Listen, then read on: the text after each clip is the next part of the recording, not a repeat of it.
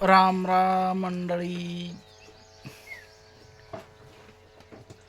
हे बघा आता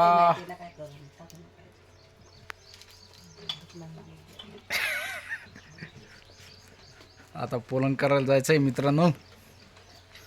काय चालूच आहे काम एका मग एक. आता हे काय वट्टी पेटली इकडं. चहा घ्यायचा आहे आम्हाला आता. हे काय म्हशीचं दूध काढलं दाखवते बघून बघायचं दुपटन शेतकऱ्याचं जीवन याला म्हणते. हे बघा हा हा अशी मजा येते चहा घ्यायला. परवडतो नाही लय भारी लागत देव. चहा घेऊन पहा एकदा फक्त तुम्ही. जबरदस्त लागतोय. शेतातला चहा घेऊन बघा एक वेळेस. तुमच्या 5 स्टार हॉटेलमधला चहा इतका भारी लागणार नाही इतका शेतकऱ्याच्या शेतातील. कारण की हा शेतातील चहा आहे. याच्यामध्ये परत चहा करणाऱ्याला अगोदर म्हणजे इतकं परेशान व्हावं लागतंय. बरोबर आहे की नाही. डोळ्यातून पाय डोळ्यातून पाणी निघत अगोदर डोळ्यातून पाणी काढावं लागतं. हे बघा कसं दुपटून पेटलेलं आहे.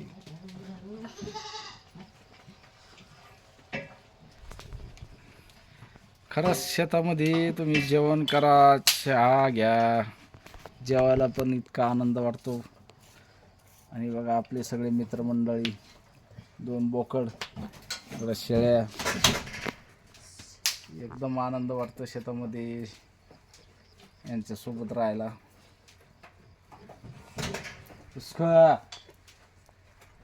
भेंडीचं पोलन आहे मित्रांनो. त्याच्यानंतर सरकीचं पण चालू झालं आता. थोडं थोडं या निघून राहिलं ते पण आता एक एक दिवस आता वाढतच चालणार आहे. आणि गरमीचं प्रमाण खूप वाढलं मित्रांनो.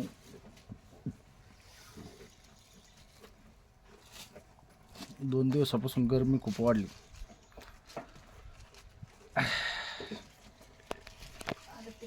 कसं दुपटून निघलं बघा. याच्यामुळं मजा येते शेतामध्ये चहा घ्यायला.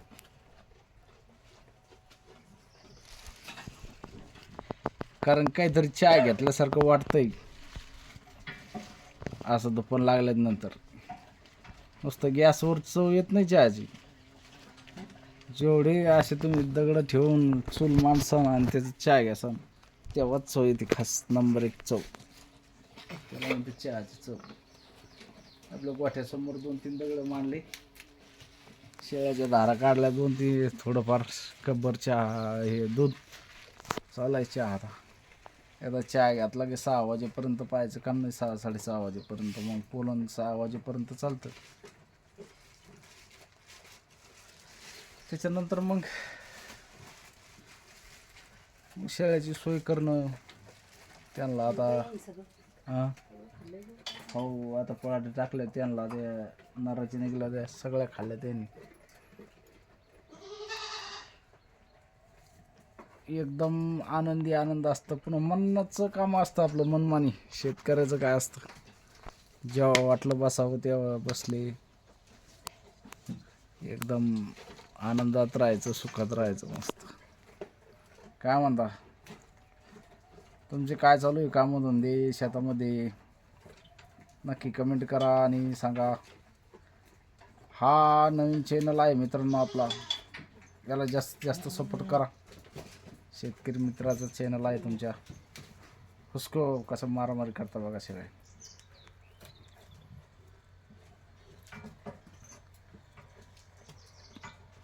तुमच्याकडं कोणकोणतं कसं काय पाणी पाऊस? आमच्याकडं तर पाऊसच नाही वाव आणि पाणीच नाही आम्हाला.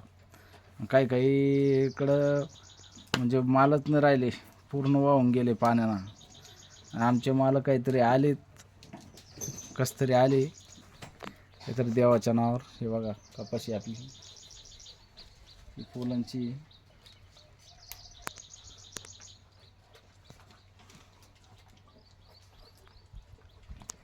मित्रांनो आमच्याकडं पाऊस खूप कमी. सुरुवातीपासून आम्हाला म्हणजे असा वाहून पाणी नाही झाला. आणि वावणी पाऊस नसल्यामुळं आमचा पुढचा प्रश्न खूप अवघड आहे. पुढचा प्रश्न म्हणजे कसं आहे की हिवाळ्यामध्ये प्यायला पाणी भेटणं मुश्किल आहे.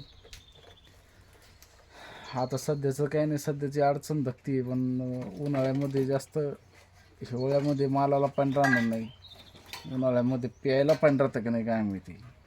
आता इथून समोर चालून जर पाऊस चांगली पडली तर होऊ शकेल एखाद दिवस पाणी पण येईल. आणि आता नवरात्रीमध्ये त्याच्यानंतर पोळ्यापासून बोळा होतो, पण ते पहिली म्हणे पाऊस पोळा झाला की बोळा होतो, पण आता तसं नाही झालं.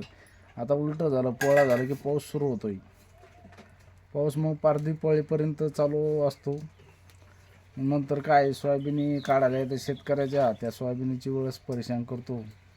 कोणाचे सोयाबीन वाहून जातात, गंजा वाहून जात्या, कोणाची नुकसान होती, कोणाचे भिजतात. म्हणजे शेतकऱ्याच्या पदरामध्ये काहीच्या पदरात पडतंय, काहीच्या पदरात पडत नाही. अशा खूप काही अडचणी आपल्या शेतकऱ्याच्या म्हणजे जीवनामध्ये असतात.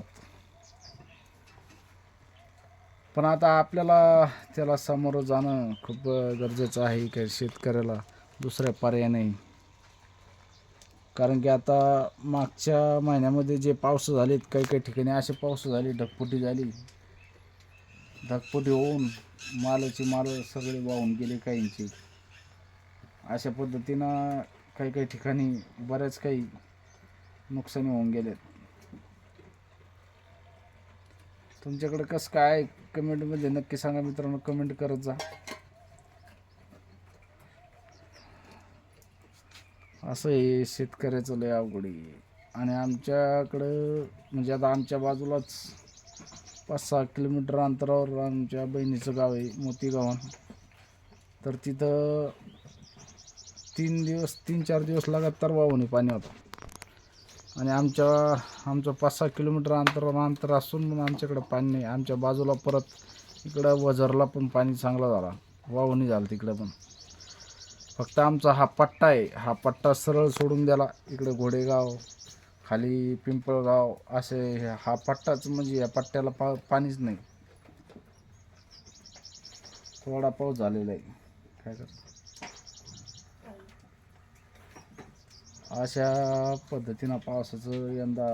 आणि भर उन्हाळ्यामध्ये आमच्याकडं वाहून पाणी झाला, तेव्हापासून पाणीच नाही.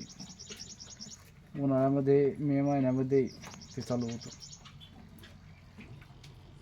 तर मे महिन्यामध्ये मित्रांनो वाहून पाणी, वड्याला पाणी गेलं आमच्या शेतातल्या.